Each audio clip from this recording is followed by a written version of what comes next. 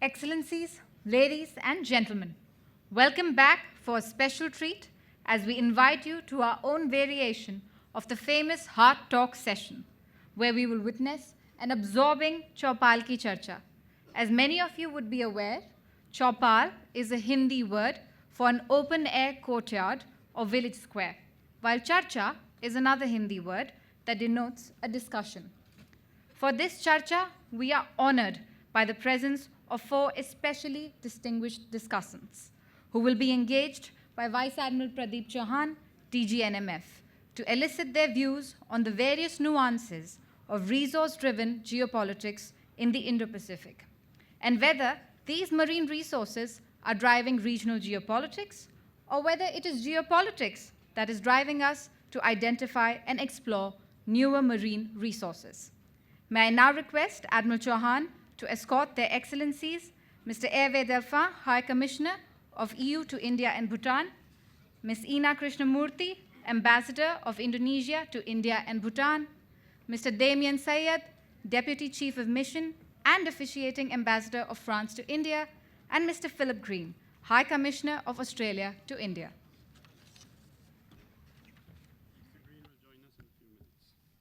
Mr. Green will join us shortly.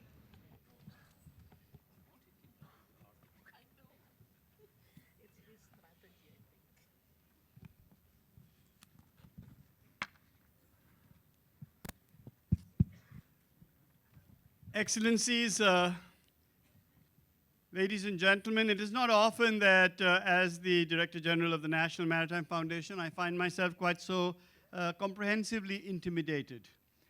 However, I am delighted and deeply honored to have with us the stellar representation from the countries most concerned at the very moment with the whole business of resources and resource geopolitics. Now, I don't know how many of you remember Tim Sebastian conducting Hard Talk on BBC, leaving TRP ratings for the BBC sky high and leaving the rest of the people somewhat uncomfortable. I thought that that may not be the best possible approach for us.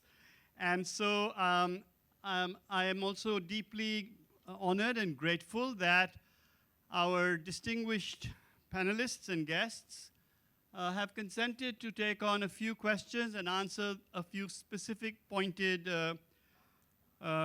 queries from me in their inimitable style.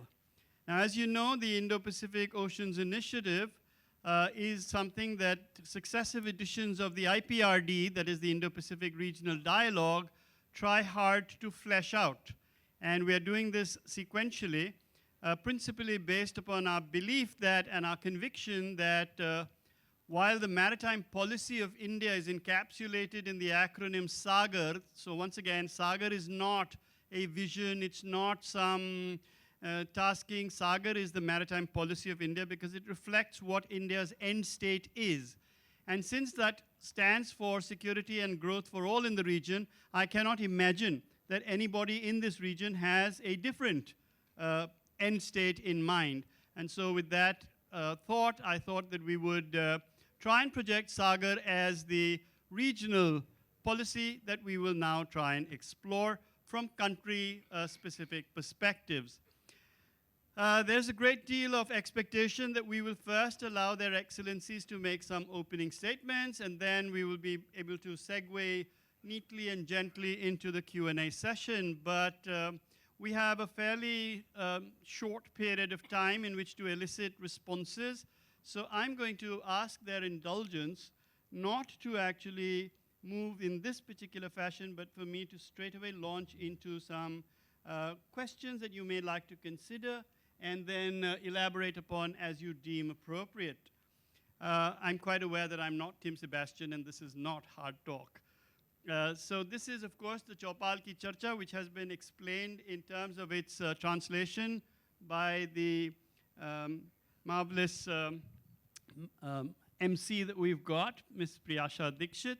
And so let me begin without any further ado, and since ladies must always precede gentlemen, I think I will start. Is this a bad idea? Okay, so I'm going to start with Her Excellency, the ambassador of Indonesia to India and Bhutan, and then see how we go. And in case you see these chaps coming along with a basket for me to be carried away in, you'll know that I've gone on for a bit too much. Joke.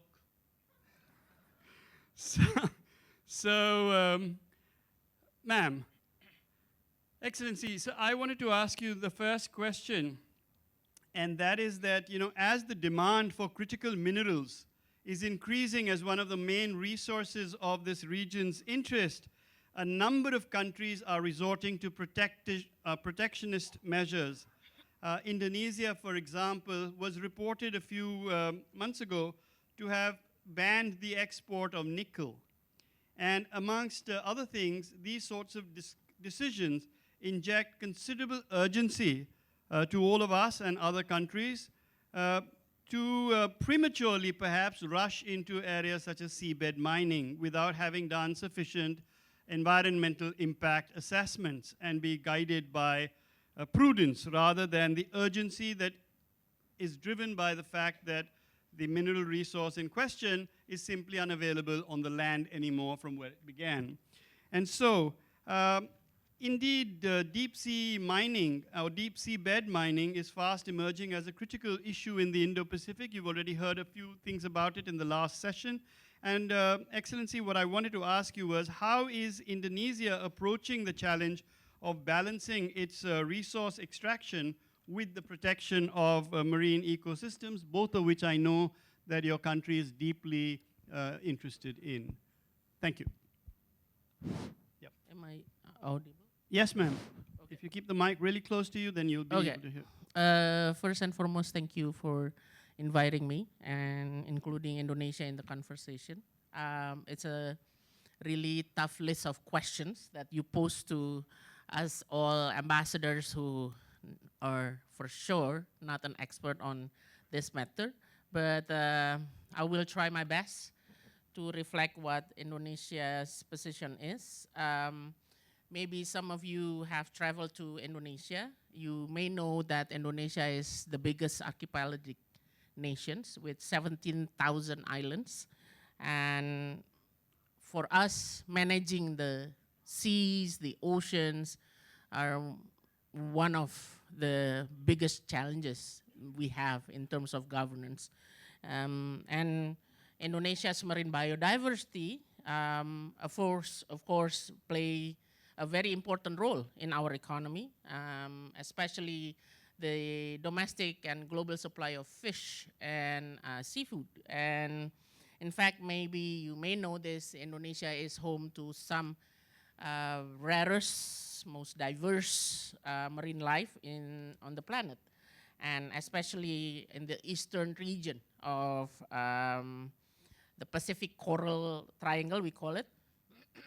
And so we do emphasize the need to improve the economic benefits of conservation. And on this in 22, just 2 years ago, or maybe around a year ago, Indonesia has pledged to expand its marine protected area coverage to around 325,000 square kilometers by the end of this decade, which is around only 10% of its total territorial waters, while from 2030 to 2045, we plan to triple that coverage to 30%.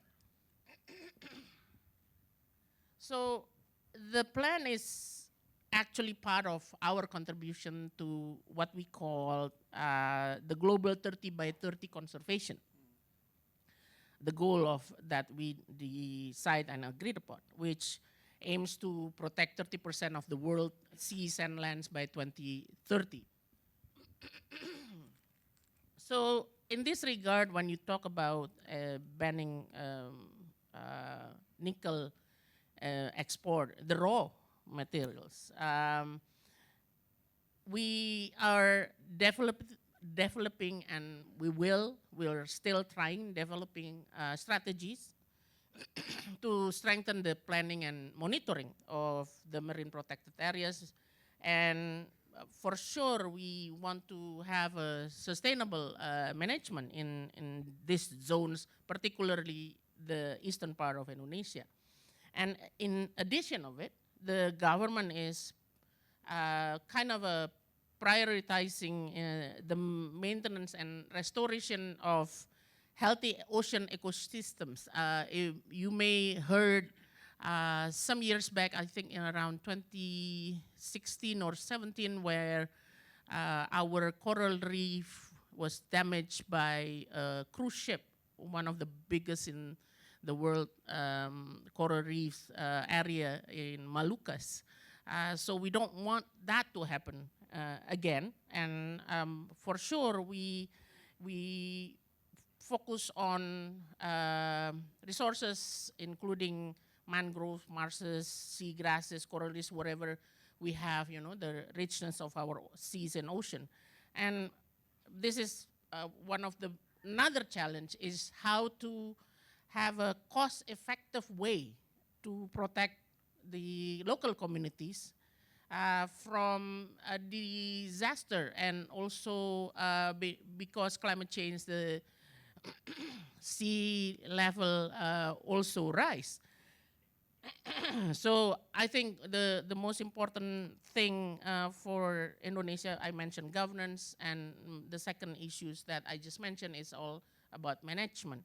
And my third part is that our effort in international collaboration so far, we have collaborated with UAE on Mangrove Alliance for Climate. This is for mangrove promotion-based solution to climate change. And India joined this effort in 2022. Excellency, thank you so much for that succinct response, and not just succinct, but I'm glad that you managed to widen that particular response, because as everybody here, or many people in this audience are aware, Indonesia has taken the lead, it's a joint lead in the IPOI pillar or spoke on marine resources and resource sharing. So with that, let me now turn to His Excellency Mr. Hervé Delphin, who has been a tour de force in the number of months that he's already spent here in New Delhi, and has most of India wrapped around his little finger. So, so I'm going, yes, you agree? You don't agree? So I'm going to ask you, sir, to answer a question that has been intriguing us for some time. Now, the European Union continues to describe China as simultaneously being a partner, a competitor, and a systemic rival. However, of late, the European Union seems to have acknowledged that the balance of challenges and opportunities presented by China has shifted to a point closer to the challenges, where now the economic relationship is critically unbalanced, and that China's economic model has brought about systemic distortions with negative spillovers to its trading partners. So now my question is this, that in the specific context of the marine resources within the Indo-Pacific and the geopolitics that are driven by these resources, what exactly does this expression systemic rival mean to you in person, sir, and to the European Union that you so ably represent? Thank you very much, Admiral Chauhan. I must say, I arrived indeed almost a year ago to Delhi, and I think the very evening I landed, I had a wonderful dinner with you and the National Maritime Foundation. So it was my introduction to my tenure was great to start on such a high note with NMF. And it was also a sign that how much maritime security matters to the EU as part of its Indo-Pacific strategy. To get straight to your question, which is a very, very pointed one, and probably will not allow me to do justice to what the EU is aiming in the region. But if you're zooming in on one particular actor of the region, but let's put it that way, in the larger frame of things, the EU engagement in the Indo-Pacific is it's a strategy for cooperation, it's an inclusive strategy, but a strategy that aims at keeping prosperity and maintaining stability. And maintaining stability comes in different ways and forms. And the first of it is absolute respect for UNCLOS. And I think on this we've been on record, is the respect of territorial waters. We put out a statement in respect to the specific country you mentioned not long ago for activities in Philippines. So I think the general pattern that you are describing, the systemic rivalry, I was one of those that fathered that strategy of the EU toward China. What we meant by systemic rival is that the system of values and principles that govern the vision of the world and the projection is something that is not in line with what we, Europe, expect and want to do for ourselves. There is no judgment value here. It's just a simple fact and observation. And the element of partnership and competition and rivalry between the EU and China has evolved over time. And it's true that we have seen more of rivalry emerging, not necessarily as a matter of EU-owned deeds and action, more as a result of a strategic competition which is played out between two big players. When it comes to the EU in particular, whenever we see indeed China taking actions that we feel are hurting our interest or general international principles, we put it on record, and it's part of the conversation that we are having with them. So coming to natural resources, so that in the program you got IUU. China, by statistic, is one of the worst offenders. I'm not putting any judgment, it's just a factual reality. So for us, IUU is not just a question of, I would say fish and chips. Sorry, I'm French, so I have to make a reference to food. But because as a French, that it would be a bit more sophisticated than fish and chips. It has to be something a bit more complete conversation that we have. I mean, we've been engaging with partners in the region about how they can develop a sustainable management of their resources, whether fisheries, whether natural resources from the seabed and the rest. So I think this is this sense of establishing governance. That's the reason why also EU has joined the IPOI, and we are part of several sub-regional organizations, part of the sub-regional fisheries management areas, where basically it's all about helping countries in the region to manage their resources in a sustainable manner. And there are different elements, of course, of surveillance at sea. By the way, one of the two sea operations of the EU, the CSDP operation, Security and Defense, Atalanta, was at the origin an issue of helping a country in East Africa to have a greater control of its territorial waters, and also which were plundered in different ways on top of act of piracy. So I think this is inherent part of the way we engage. Now, of course, the context has changed for Atalanta and the other operation, Aspides, and I think the commander of Aspides will be with you tomorrow. But I think the short and the long here is that when it comes to China or any other partner that for us does not play the rules of the game, I would say, the conventions that have been established, like there is now an international authority on seabed. The EU, France, and other member states have signed it. We think as long as there is not enough scientific evidence, we should refrain from going to the commercial activities in the seabed, because we do not know. We will be like Dr. Frankenstein trying to do something, and we thinking that it can be of good, but at the end of the day might be of turning into a wrong. When you look at critical raw materials, I think here it's pretty clear where we stand in terms of diversification and security.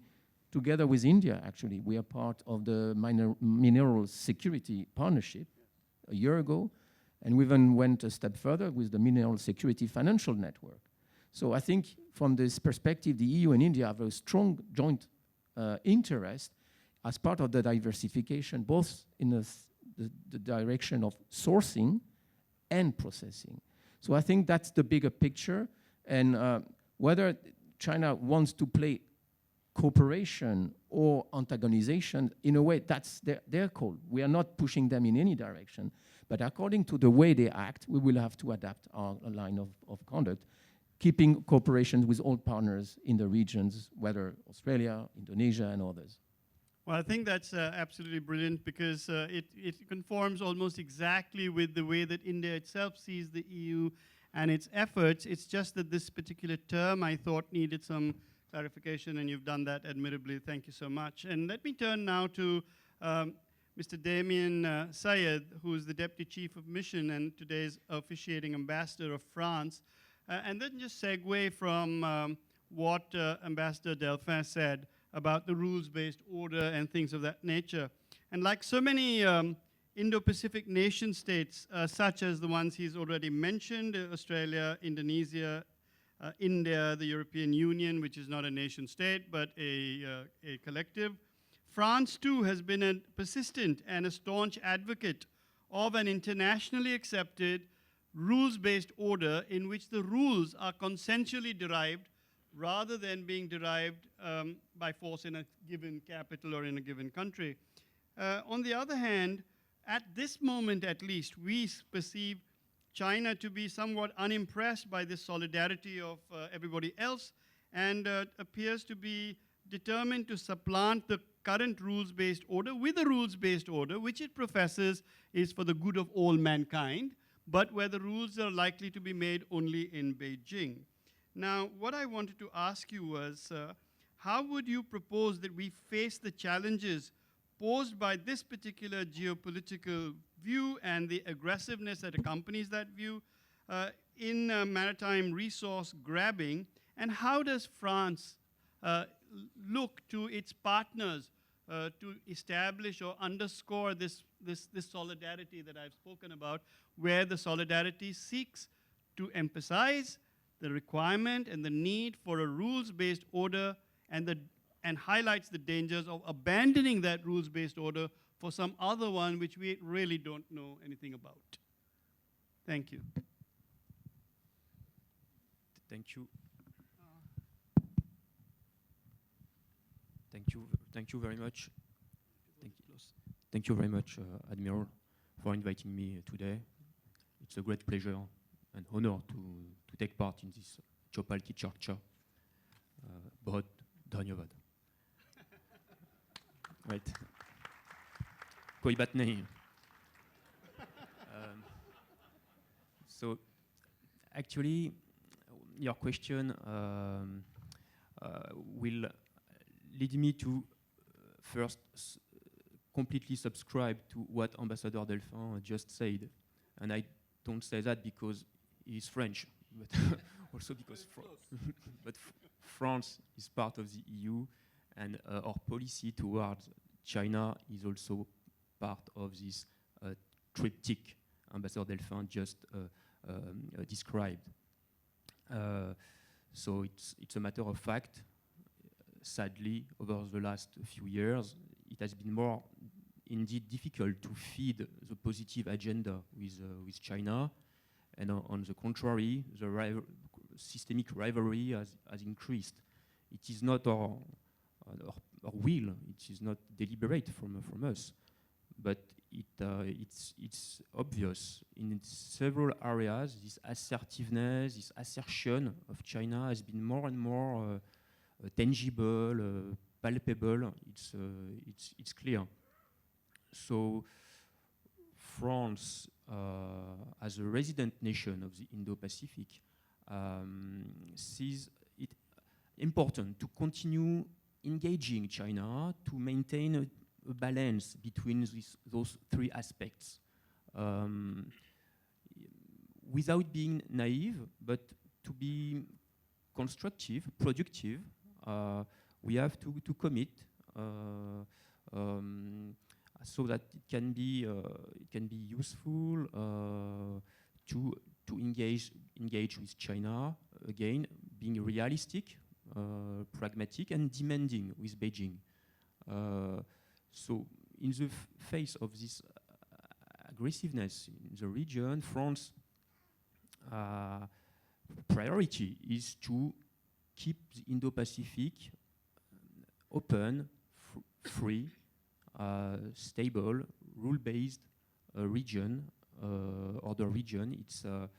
It has to be inclusive, and for that, we want to play a role by giving practical life to the freedom of navigation. That's why we have carried out, over the last years, ships, deployments of ships on the passages in the South China Sea, without provocation, but with resolve. We have organized, held with several partners, military joint exercises to demonstrate stronger interoperability of our forces, and it is noted by the Chinese authority. It is, of course, noticeable in their eyes. We will continue with our Indian partners and other stakeholders in the region. At the same time, we also have to engage with third states, with other countries in the region, to propose concrete initiatives, alternatives in terms of infrastructure, in terms of security. We have started to do so with India, with other partners. It's part of our Indo-Pacific strategy. We have just opened in Sri Lanka a maritime center for studies and security in Sri Lanka. It's not in the Indo-Pacific, but with India, we have opened a solar academy in Senegal, in Western Africa. We are, of course, committed in other aspects. We are part of the Information Fusion Center for the Indian Ocean Rim in Gurgaon. We have a close cooperation also between our two space agencies, CNES and ISRO, for monitoring the maritime domain and the marine resources. It's through satellites, and it's still a work in progress, but it's advancing. We have regular maritime cooperation dialogue with India at the deputy NSA level. Again, so to answer to the second point of your questions, in terms of solidarity, in that regard, we are very happy to be part of the IPOI launched by India. France joined IPOI in 2021, shortly after Prime Minister Modi announced this initiative.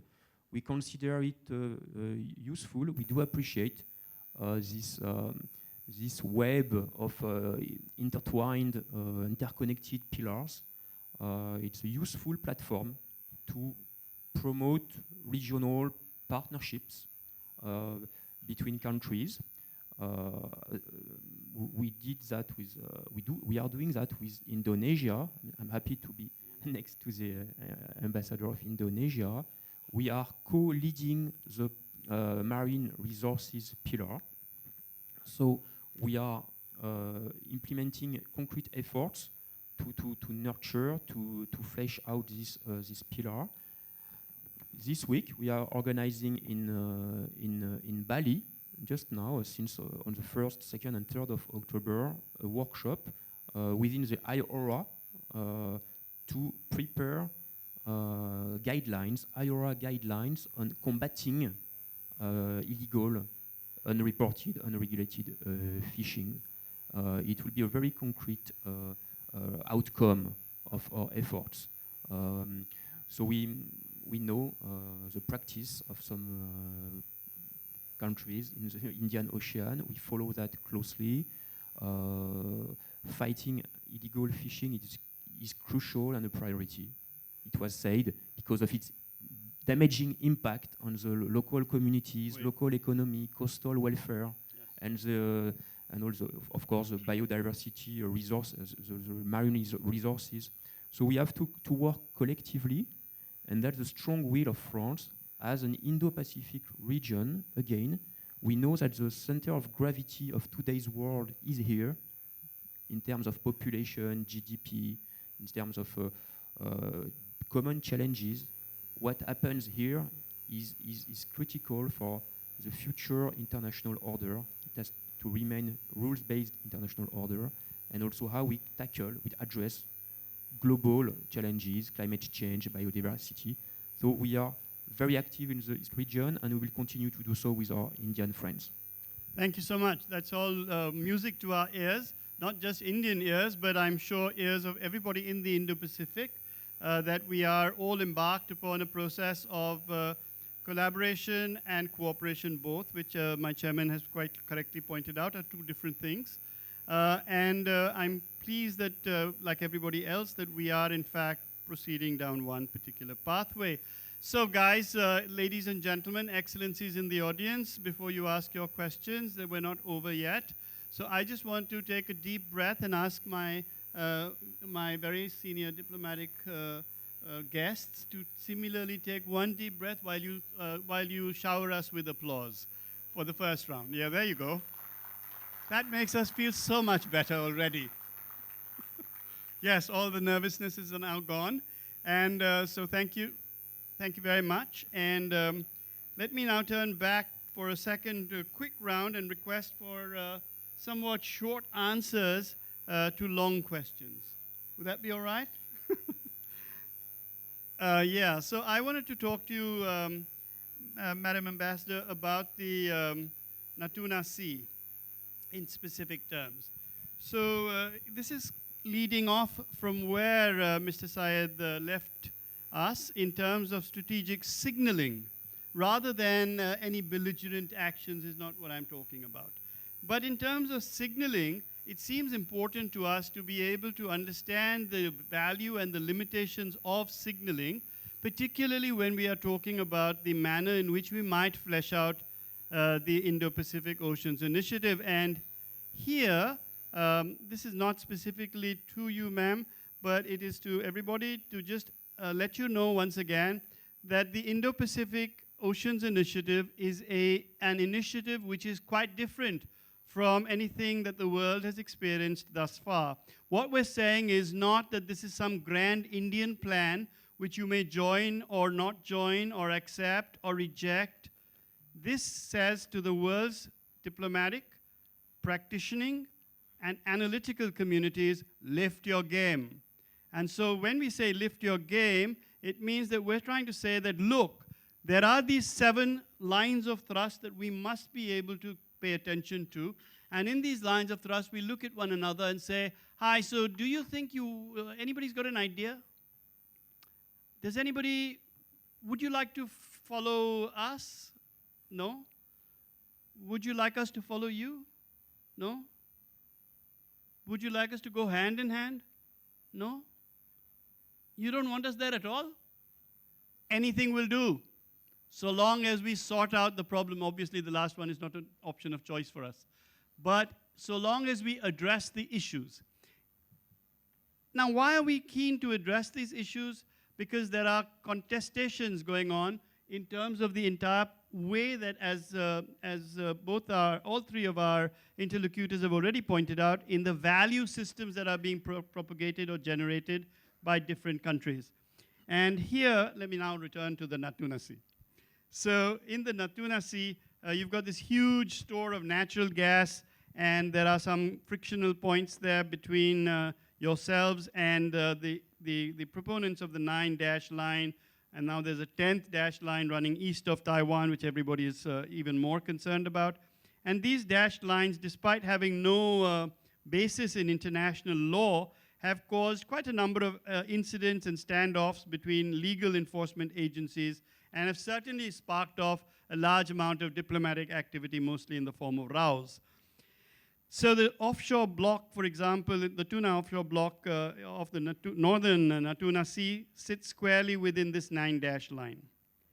And so on the ground, China has employed a certain show of force, sending civilian and Coast Guard ships to the exploration areas to intimidate Indonesia.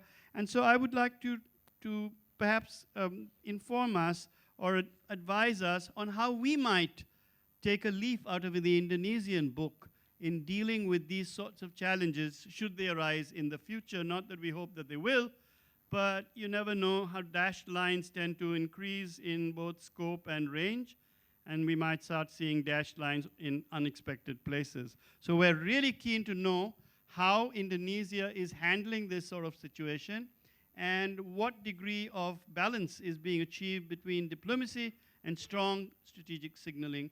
And I must say that I am deeply impressed by the way that Indonesia is doing it. So, ma'am. Such a long question. And I don't know how many questions there are in the question. But I want to start with one statement, and it is very important statement. We are not a claimant state of the South China Sea. That needs to highlight it, underline, and emphasize. Although some sort of a vague, maybe recognition or imagination, there is a claim that there is an overlapping dot in our EEZ. But Indonesia consistently said there is no overlapping claims based on UNCLOS. So our discussion is always based on UNCLOS. And in 2020, we also have sent a diplomatic note to the UN to say that Indonesia is not bound by any claims made in contravention to the international law. It is very clear message. And as such, if there is a problem of border, of course we will have a bilateral meetings and negotiation. But since we do not have a border problem in this regard, we don't see the need of going to a negotiation mode. Indonesia even renamed the EEZ as, I need to read this, North Natuna Sea, because we need to reinforce the territorial claims. And I think for us, it is very important welcome, Philip. We're so happy that the expert of maritime is here. We need to, for sure, to be very definitive in our territorial integrity, because we need to fight the illegal fishing in our EEZ, including in the Natuna. So confronting any foreign vessels, it's our responsibility, and with that, our Navy is very capable of. Simultaneously, of course, the patrolling and also strengthening military presence is also, we have done it because we believe in our Navy forces. So again, if I may say, this is again I'm trying to read your question. So I would like to close with this. There is an important way of dealing with South China Sea in the view of Indonesia, which is the conclusion of the negotiation of the code of conduct and to manage the issue. Because if we do not manage the issue and we do not have solid governance, then the escalation will have a larger impact in the region. And with that, I want to say that ASEAN dialogue mechanism is the best there is to reach the agreement. Thank you. Thank you so much. Thank you, Excellency. Now that we're joined by His Excellency Mr. Philip Green, Australian High Commissioner. First of all, may I request the audience to please give him a round of applause in terms of welcome. And let me, before he puts his hand down from that wonderful namaste position, let me straight away go to you, Excellency, and ask you, Australia is deeply involved and invested in 3 trilaterals with India, namely the Australia-India-Indonesia trilateral, the Australia-India-France trilateral, and the Australia-India-Japan trilateral, quite apart from the Quad. So my question is that these are mini-laterals and trilaterals and this sort of thing. It's an alternative, perhaps, in some areas, in some context, to the large multilateral constructs that do exist. So how might these mini-laterals be leveraged, and how does Canberra see this, or how do you see it anyway? How might they be leveraged to counter aggressive expansionism by one or another country while ensuring fair access to critical resources? And this stems really, Excellency, from an earlier comment in the previous session, which asked the question of whether resources are driving geopolitics, or are geopolitics currently driving the search and identification for new resources? So how might these trilaterals best be leveraged? Thank you. Well, thanks very much, Vice Admiral, to you and to my co-panelists and to the audience. Apologies for my lateness today. Something got profoundly wrong, but I'm delighted to be here, and thanks for your thoughtful question. Look, we are fortunate to live in the most economically dynamic region of the world. And the history of the last generation is all about the vibrancy of the Indo-Pacific. And it's Australia's enormous good fortune that we live in the company of countries like India, Indonesia, and many others that are growing fast and that have strong complementary economies to ours. Economies that are strong on manpower and personnel, but not so strong on resources, and that's a need that we can fill. But that great economic opportunity is in jeopardy because our region is much more highly contested than it ever was. And Australia feels the contestation between the superpowers as well as the many smaller frictions that there are in our region. And fundamentally, Australia's foreign and strategic policy is all about our own agency, seeking for Australia to be a player to help shape the sort of region that we want to have. Not sitting back quietly and hoping that things get sorted out, but engaging with those to try to build bridges and make things work. So, a key part of that, perhaps the most fundamental, the first thing we normally talk about is our bilateral relationship with the United States. Strong cornerstone of our security. In a way that we have never done before, we are seeking to leverage that for peace and security in the Indo-Pacific. We are deliberately encouraging the United States to be more engaged here and for it to do all it can to maintain the peace and ensure that the economic buoyancy of the region can go on. We take enormously seriously the role of sub-regional organizations.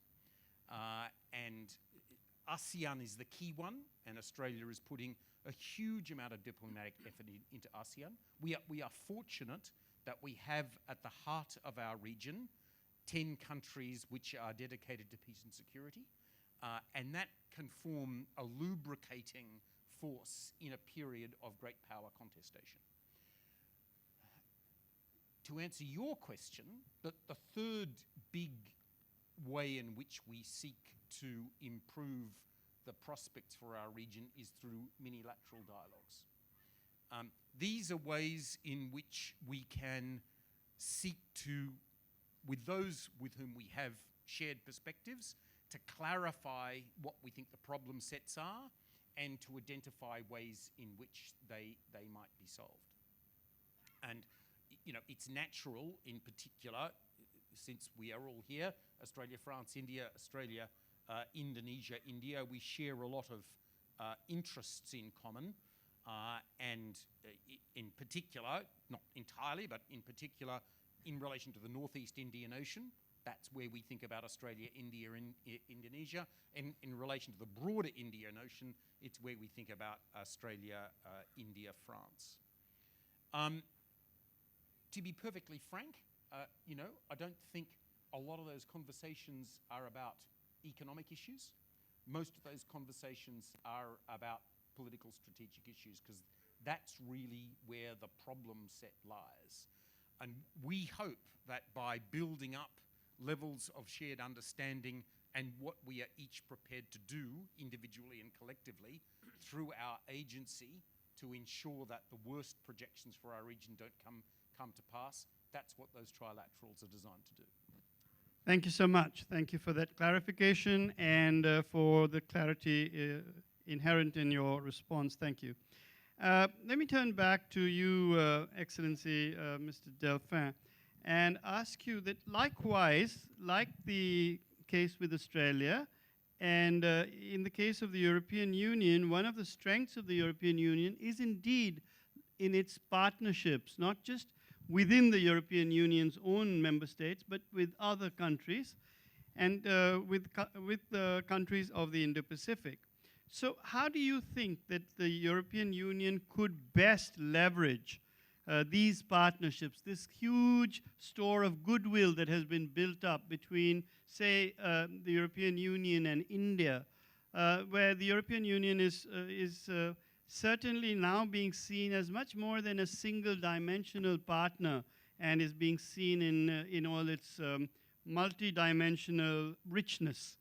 How might you think that we can, that the European Union could leverage these partnerships to uphold this internationally accepted and consensually derived rules-based order? How should the European Union and its partners prevent the weaponization of marine resources, whether they are to do with fish, or they are to do with critical minerals, or rare earth elements? Everything, unfortunately, in our region has a marked tendency towards being weaponized. And therefore, what is your advice to us all? Thank you, Vice Admiral. I think your question, in a way, holds its answer about what the EU has been striving to do in this part of the world.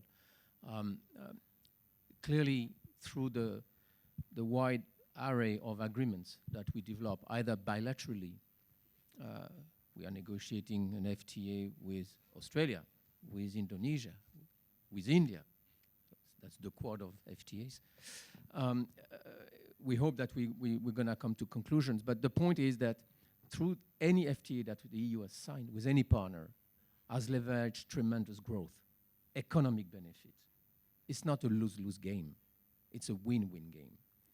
So that's how you maximize the potential of cooperation between the EU and key partners like Australia, Indonesia, India, and the region is the first, I would say, order of action.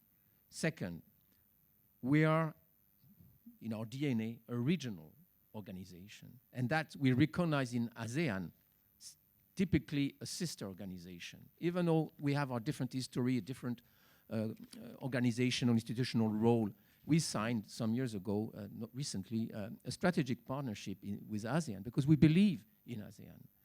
I mean, all this serves one single purpose, is to give more ballast for strategic equilibrium in this region. If we don't do it, you leave it to the fortune of might is right, of, as you say, weaponization of everything. And it's not particular to this region. I mean, we see it on other fronts. In Europe, we see it. So I think our role for the EU, when we often say, well, the EU, you know, we have so much to do on your own continent. People sometimes fail to realize from the EU perspective, and I call it as an aggregate of member states, we are either the first trading partner, the second or the third trading partner. We've got most of the FDI in this region comes also from Europe. We are a main provider of ODA. So we have a lot in this region. I mean, 40% of our imports come from this region. 30% of our exports go to this region. So we're not just at the periphery of it. We are right into it. So do we leave it to the fortunes, indeed, of confrontation? No. We really believe that first, continuing the generation of growth, which is beneficial for the region, for the world, is key. And that's what we have been engaged. But have these comprehensive agreements to be able to address also global commons. You talk about biodiversity, and we just had the signing of the High Seas Treaty on biodiversity beyond national jurisdictions, which is an absolute key, a key plank.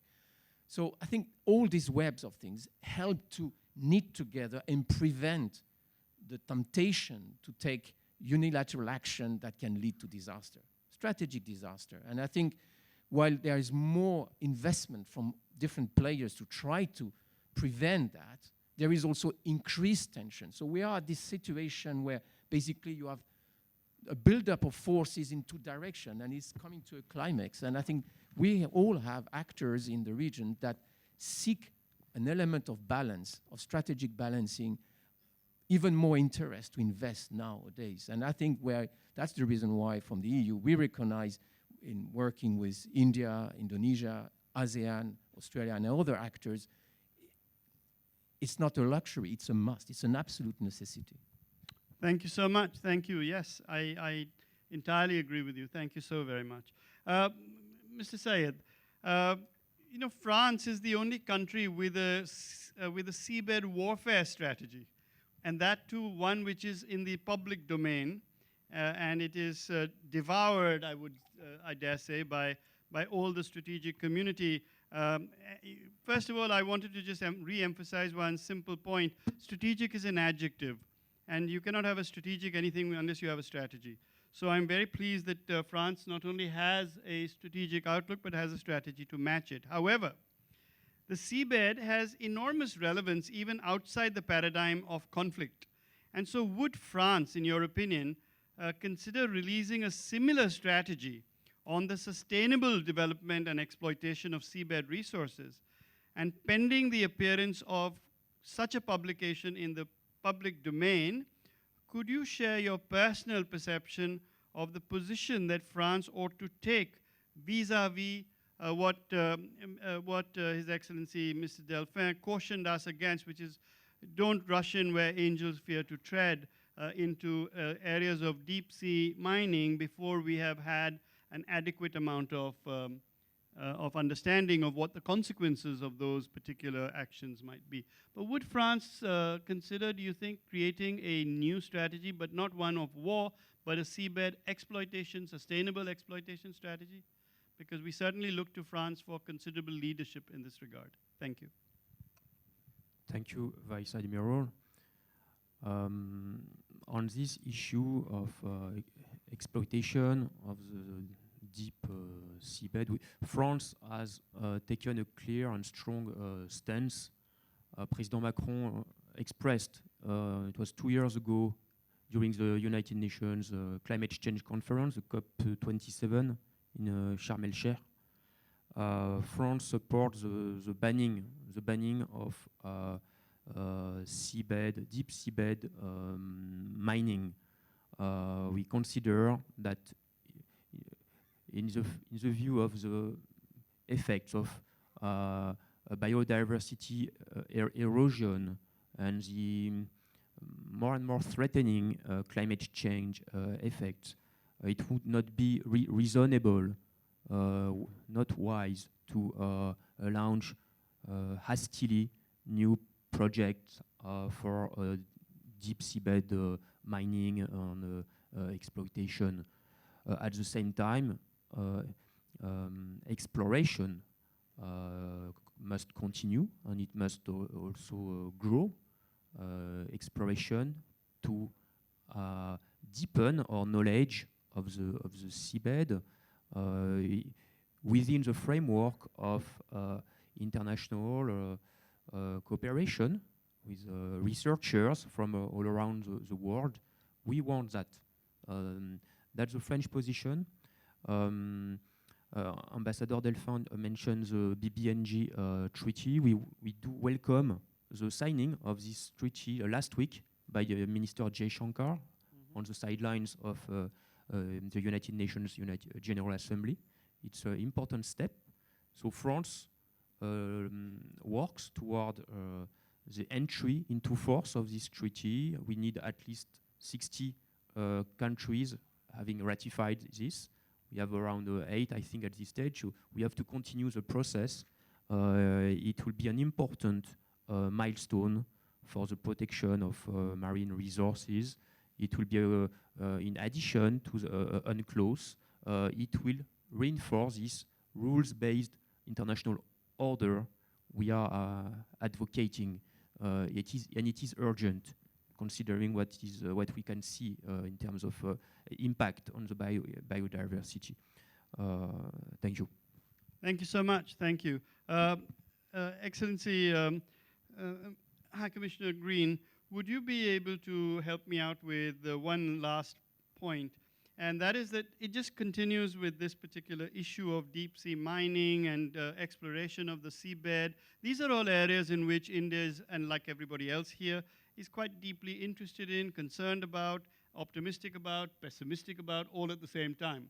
And so with this race for deep sea mining accelerating and deep sea exploration leading more and more countries to consider mining, especially for rare earth elements that are considered to be essential for clean energy technologies, what does Australia actually see as the main legal and environmental challenges of deep sea exploration and mining in the Indo-Pacific? How do you see this, sir?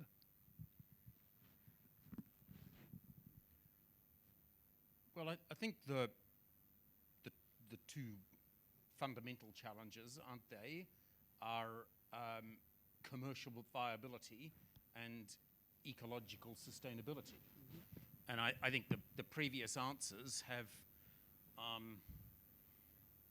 sort of well rounded out the fact that in those two areas there are big unresolved questions. I have to say, for my country, our huge focus is on what we are doing in our own land and in our exclusive economic zone. You know, we are the largest, we have the largest global reserves of lithium, of iron ore, of uranium, of zircon, a range of minerals in the world. And our big effort is to be able to have approved enough big projects to bring on all of the requirements that are needed for the new economy. And here, the lithium, the copper, the nickel, the heavy metals, all of this are the really tough things. And frankly, that's not easy. You know, we've had a 3-generation history of being one of the biggest mining countries in the world. But, you know, what have you got to do? You have to find investors who are prepared to put huge amounts of money up front. And here, you know, Japan, Korea, the United States, the United Kingdom, France have been very important for us in establishing resource projects. And then those resource projects have to deliver a return in terms of resource availability over 20, 30, 40 years that will return that capital. And just to make that clear, the classic Australian mining or resource project would have 60% of the resource sort of pre-sold and 40% available for spot market or other deals. So, you know, that's pretty hard, and you've got to do that at the time as, in a country like mine, there's a huge focus on environmental sustainability and the ecology of our planet. And that brings into question issues of green mining, how you can get stuff out of the ground without a huge cost to climate action. You know, our Minerals Council has committed to 2050 net zero. It's pretty difficult in the outback of Australia to find projects that you could do that would have a zero impact on the climate. We are pursuing a plan for what we call a nature conservation plan.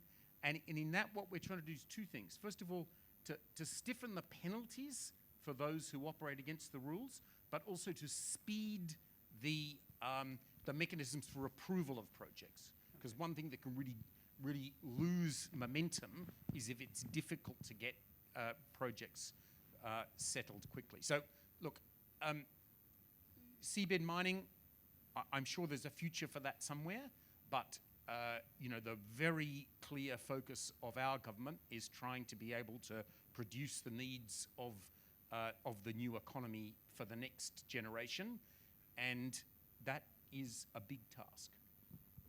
Indeed it is, and thank you so much. So I have another 408 questions on my list, but since we are out of time, I'm going to, first of all, express my own gratitude to each one of our very distinguished interlocutors this afternoon.